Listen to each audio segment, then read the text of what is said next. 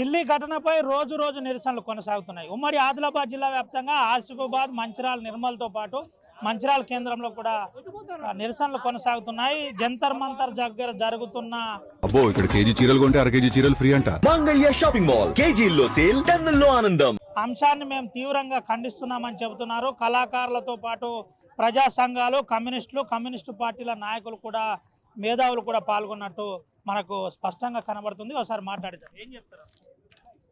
భారతదేశాన్ని బీజేపీ పరిపాలన ఎప్పటి నుండి అయితే స్టార్ట్ అయిందో భారతదేశ ప్రజలకు రక్షణ లేకుండా పోయింది. తన 12 సంవత్సరాల పరిపాలనలో అనేక రకాలుగా హింసలు చేస్తున్నటువంటి దుస్థితి ఈరోజు కనబడుతుంది. దళితులపైన, ఆదివాసులపైన, మహిళలపైన, విద్యార్థులపైన, యువకులపైన, సమస్త ప్రజానీకంపైన నిర్బంధాన్ని ప్రయోగించి బీజేపీ పరిపాలన కొనసాగిస్తుంది తప్ప ప్రజాస్వామ్యబద్ధంగా నడవడం లేదు. డాక్టర్ బిఆర్ అంబేద్కర్ రాసినటువంటి రాజ్యాంగం మీద ప్రమాణం చేసి రాజ్యాంగానికి విరుద్ధంగా ఈరోజు పరిపాలన కొనసాగిస్తున్నటువంటి దుస్థితి ఉంది. నీట్ పేపరు 20 లక్షల మంది పిల్లలు తన భవిష్యత్తు కోసము పరీక్షలు రాస్తే ఆ పేపర్లను కార్పొరేట్ సంస్థలకు ఊడిగం చేస్తున్నటువంటి బీజేపీ ప్రభుత్వము లీకులు చేసి 20 లక్షల విద్యార్థుల జీవితాలతో చెలగాటమాడింది. ఈరోజు విద్యార్థులు, యువకులు మొత్తంగా మా భవిష్యత్తుతో మీరు చెలగాటమాడడం బంద్ చేయండి, దీని ప్రధానమైనటువంటి బాధ్యతలు కేంద్ర మంత్రి అని చెప్పి తనను రాజీనామా చేయించండి, అట్లనే ఇట్లాంటి భవిష్యత్తును నాశనం చేసే విధానాలను పక్కన పెట్టండి అని చెప్పి పోరాటం చేస్తే దాన్ని శాంతియుతంగా పరిష్కారం చేయాల్సినటువంటి బీజేపీ ప్రభుత్వము నిరంకుశంగా లాఠీచార్జ్ చేసి నిర్బంధం ప్రయోగించి విద్యార్థుల చావులకు కారణమవుతుంది.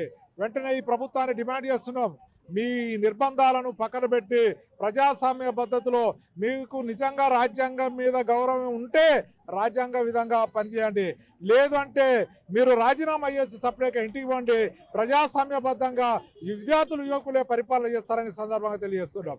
ఈ పరిస్థితి వెంటనే రాజీనామా చేయాలి, రాజీనామా చేస్తే విద్యార్థులే పరిపాలన చేస్తారు. ఏం చెప్తారు సార్ ఢిల్లీ ఘటనపై? మీరు ఏం చెప్తారు? ఢిల్లీ ఘటన అత్యంత దారుణమైనటువంటి సంఘటన. ధర్మేంద్ర ప్రధాన్ ఎవరైతే ఉన్నారో ఆయన ఇవాళ అధికారంలోనికి రావడానికి కారణం 1997 లోపల ఇలాంటి సంఘటనే వాళ్ళ రాష్ట్రం లోపల జరిగినప్పుడు paper leakage. Dharmendra Pradhan ABVP రాష్ట్ర అధ్యక్షుడిగా చాలా పెద్ద ఎత్తున పోరాటం చేసి దాని మీద నిలదీయడం జరిగింది. ఆ తర్వాత 2003 లోపల ఆయన ఎమ్మెల్యేగా ఎన్నిక కావడం జరిగింది. ఆనాడు నువ్వు చేస్తే సంసారం, ఇవాళ ఢిల్లీలో విద్యార్థులు చేస్తే వ్యభిచారమా? ధర్మేంద్ర ప్రధాన్ నువ్వే కదా ఆనాడు రాజీనామా చేయించింది ఆ రాష్ట్ర ప్రభుత్వంలో ఉన్నటువంటి వ్యక్తులను. ఇవాళ నువ్వు ఎందుకు చేయవు రాజీనామా? చెయ్యకపోగా మీదికెళ్ళి విద్యార్థులపై అనుమానుషమైన దాడులు చేస్తూ ఇక్కడ పాకిస్తాన్ వాళ్ళని, టెర్రరిస్టులని వాళ్లకు అకారణమైనటువంటి ముద్రలు వేస్తూ నువ్వేమో చేయాలనుకుంటే విద్యార్థి ఉద్యమాలు ఎక్కడ కూడా నిర్వీర్యం కాలేదు. అవి ఇంకా ఉవ్వెత్తున లేచినాయి. భౌతిక శాస్త్రం లోపల బంతిని ఎంత బలంగా భూమికి కొడితే అంత ఉవ్వెత్తున పైకి లేస్తుంది. అదే రకంగా విద్యార్థులను ఎంత అణచాలనుకున్నా ఇంకా ఎక్కువ వాళ్ళు ఉద్యమాన్ని తీసుకురావడం జరుగుతుంది. సమరశీల ఉద్యమాన్ని నిర్మించి నీకు తగిన బుద్ధి చెప్తారు, అది త్వరలోనే ఉన్నది. మున్సిపాలిటీకి అప్పు, మురికి కాలువకు అప్పు, డ్రైనేజీ కప్పాయ దేశమే కుప్పాయ, డ్రైనేజీ కప్పాయ దేశమే కుప్పాయ, అప్పులెన్నో చేసిరి దేశాన సిప్ప చేతికి ఇచ్చిరి, అప్పులెన్నో చేసిరి దేశాన సిప్ప చేతికి ఇచ్చిరి. జోహార్ అమర విద్యార్థులకు, జోహార్ జోహార్. ఈ పరిస్థితి మున్సిపాలిటీకి కూడా అప్పు, ప్రతిదానికి అప్పైంది, చిప్ప చేతికి ఇచ్చిందని నేరుగా ఒక రిటైర్డ్ టీచరు చెప్పిన అంశం చాలా విచారకరమైన అంశంగా చూడాలి. దీంతోపాటు విద్యార్థి అమరవీరులకు జోహార్ అంటున్నారు. ఎవరైతే దేవేంద్ర ప్రధాన్ ఉన్నారో ఆ ప్రధాన్ గత చరిత్రను మర్చిపోవద్దు, నువ్వు కూడా రాష్ట్రంలో అప్పుడు ఉన్నప్పుడు ఏ ఉద్యమం చేశావో ఇప్పుడు నీకు అది వర్తించదా అని సూటిగా ప్రశ్నిస్తున్నారు. ఏం చెప్తారు సార్? ప్రధానంగా భారతదేశంలో దేశద్రోహులు ఎవరు అనంటే పర్టికులర్ ఆఫ్ బీజేపీ మాత్రమే దేశద్రోహి. ఎందుకు అనంటే అధికారంలోకి వచ్చిన తర్వాత ఆదివాసీల మీద ఉక్కుపాదం మోపి ఆదివాసీలను నిలవనీడ లేకుండా ఆదివాసుల కాళ్ళ కింద ఉన్నటువంటి ఖనిజ సంపదనంతా కూడా పెట్టుబడిదారులకు, బడా కార్పొరేట్లకు కట్టబెట్టే ప్రయత్నం చేసి ఆదివాసుల మీద అమానుషకాండాన్ని ప్రయోగించింది కేంద్ర ప్రభుత్వం. అదేవిధంగా రైతాంగాన్ని కూడా మొత్తానికి రైతాంగాన్ని మొత్తానికి రోడ్డు మీద నిలబెట్టే ప్రయత్నం చేసి 3 నల్ల చట్టాలను తీసుకొస్తే రైతాంగం మొత్తంగా ఢిల్లీ అంశం మీద చెప్పు. ఢిల్లీ అంశం మీద మాట్లాడుతున్నా. అంటే ఏదైతే ఈ ప్రభుత్వం ఉందో ఇది భారతదేశ ప్రజలకి, అదేవిధంగా రైతాంగానికి, ఆదివాసీలకి, విద్యార్థులకి, ప్రజల మధ్యలో వివిధ భేదాలు తీసుకొచ్చి ప్రజానీకం మధ్యలో కూడా చర్చ అంటే చిచ్చు పెట్టి మణిపూర్లో 2 జాతుల మధ్య వివాదం లేపి అక్కడున్న ప్రజలందరినీ కూడా నడి రోడ్డు మీద నగ్నంగా నడిపించిన బాడుకావు బీజేపీ ప్రభుత్వం అని చెప్పి తెలియజేస్తా ఉన్నాం.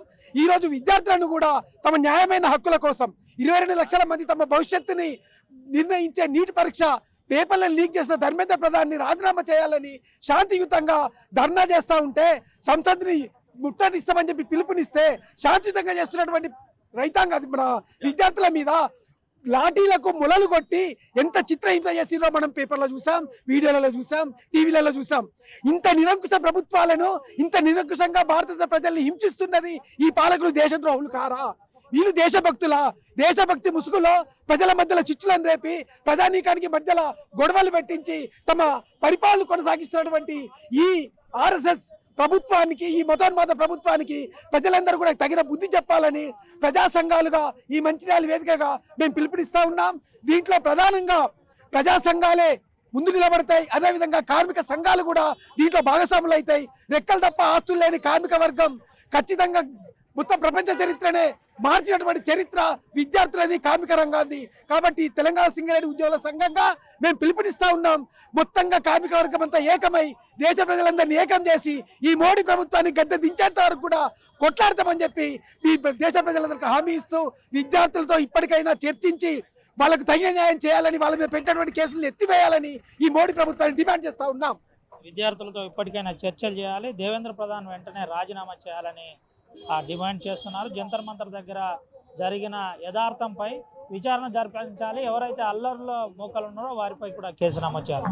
చెప్పండి, ఒక పాట రూపంగా. ఈరోజు ఏదైతే ఢిల్లీలో విద్యార్థులు నీట్ పరీక్షను లీక్ చేసినటువంటి మంత్రులు రాజీనామా చేయాలని పెద్ద ఎత్తున డిమాండ్ చేస్తుంటే అనవసరంగా ఒక మహిళను చూడకుండా కూడా వాళ్ళ మీద లాఠీచార్జ్ చేస్తూ దుర్భాషలు ఆడుతూ కొట్టడం చాలా దుర్మార్గాచార్య. దీన్ని అరుణోదయ సాంఘిక సమైక్య మంచిర్యాల జిల్లా తీవ్రంగా ఖండిస్తుంది. నిజంగా ఒకవేళ ఒక మహిళను చూడకుండా దాడి చేయడం దుర్మార్గాచార్య. ఏదైతే ఆ విద్యార్థులు ఏ ఆశయం కోసం అయితే ఉన్నారో ఆ పాట పాడుతున్నాం. విద్యార్థుల జీవితాలతో ఆటలాడే ఈ పాలకులు నీటుగానే నీటు పరీక్షను కూనీ చేసిరి నాయకులు. విద్యార్థుల జీవితాలతో ఆటలాడే ఈ పాలకులు నీటుగానే నీటు పరీక్షను కూనీ చేసిరి నాయకులు. నీటుగానే నీటు పరీక్షను కూనీ చేసిరి నాయకులు. ఇది ఏమని ప్రశ్నిస్తే లాఠీలు జులిపించే, ఇది ఏమని ప్రశ్నిస్తే తుపాకులే గర్జించే. విద్యార్థుల రక్తాన్ని కళ్ళ చూసే పాలకులు ఇది ఏమి ఘోరమే ఓయమ్మో. ప్రశ్నించుట నేరమే మాయమ్మ, ఇది ఏమి ఘోరమే ఓయమ్మో. ప్రశ్నించుట నేరమ మాయమ్మ. ఈ పరిస్థితి, ప్రశ్నించడమే నేరమా అని పాట కూడా ఒక కళాకారుడు అరుణోదయ సమైక్య నుంచి పాడిన. అయితే ఢిల్లీ జంతర్ మంతర్ దగ్గర జరిగిన ఇన్సిడెంట్ను చాలా తీవ్రంగా ఖండిస్తున్నాం. అక్కడ జరిగిన అంశమంతా పాశవికంగా చూస్తున్నాం. ఈ పాలకులు కావాలని విద్యార్థులపై లాఠీ చార్జ్ చేశారు. నిజంగానే కనుక అల్లరి ముఖాలు ఉంటే వారిని వెంటనే గుర్తించాలి, కేసు నమోదు చేయాలి, జైలుకు పంపాలి. కానీ ఇలా కర్కశంగా ప్రవర్తించడం చాలా పాశవికమని చెబుతున్నారు. ఇప్పటికే అన్ని వర్గాల వ్యక్తులను ఇబ్బంది పెట్టే ప్రయత్నం చేస్తున్నారు. ఇప్పుడు విద్యార్థులపై కూడా వస్తున్నారు. దీన్ని మేము తీవ్రంగా వ్యతిరేకిస్తున్నాం. ఇటు కార్మికులతో పాటు ప్రజా సంఘాల నాయకులు కూడా వ్యతిరేకిస్తున్నారు. ఈ ఉద్యమం ఢిల్లీ దాకా కొనసాగుతుందని చెప్తున్నారు. సుమంతో రవినాయక్, RTV హైదరాబాద్.